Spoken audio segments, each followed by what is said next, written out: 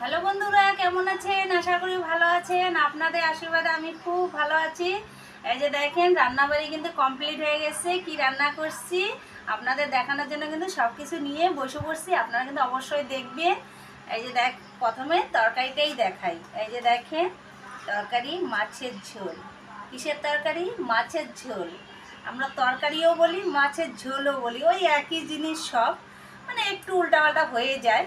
এই যে দেখেন কি দিয়ে করছি, আলু দিয়ে আর হলো বেগুন দিয়ে মাছের ঝোলটা করছি। আর এখানে দেখেন আরও কতগুলো মাছ রয়ে গেছে। এটা অন্যদিন রান্না করব, কারণ হচ্ছে একবারে তো সব খাইলে হবে না, ওই জন্য অল্প অল্প করে রান্না করতে হয়। আর এখানে দেখেন ভাত। এই যে দেখেন ভাতের হাঁড়িটাও নিয়ে বসছি। এই যে এখন থালাও নিয়ে বসছি। এই যে থালাতে ভাতটা বাড়তেছি। আর প্রচণ্ড গরম, রান্না করতে মনে হয় কি নিজের জীবনটা বাইর হয়ে যাচ্ছে, এত গরম। আর দেখেন এই যে টেবিল ফ্যান চালাই নিয়ে বসছি, কারণ রান্নাঘরে টেবিল ফ্যান না হলে সিলিং ফ্যান তো চালানো যাবে না, সিলিং ফ্যান নাইও আমাদের। ওই জন্য টেবিল ফ্যানটা সামনে নিয়ে বসি, কারণ হচ্ছে প্রচণ্ড গরম। আমাদের এদিকে তো বৃষ্টি তো নাই, ওই একটু একটু করে বৃষ্টি পড়ে, আর কি রোদ্র গরম। এই যে দেখেন ভাতটাও রেডি হয়ে গেল।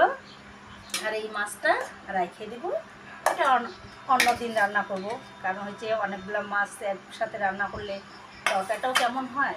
আর মাছ আমি এক পিসের বেশি খাইতেও পারি না, ওই জন্য অল্প করে রান্না করছি, এক পিস করে খাবো। এক পিস করে খাইলেই ভালো লাগে। আর আমাদের তো বুঝতেই পারেন, এক তরকারি ছাড়া দুই তরকারি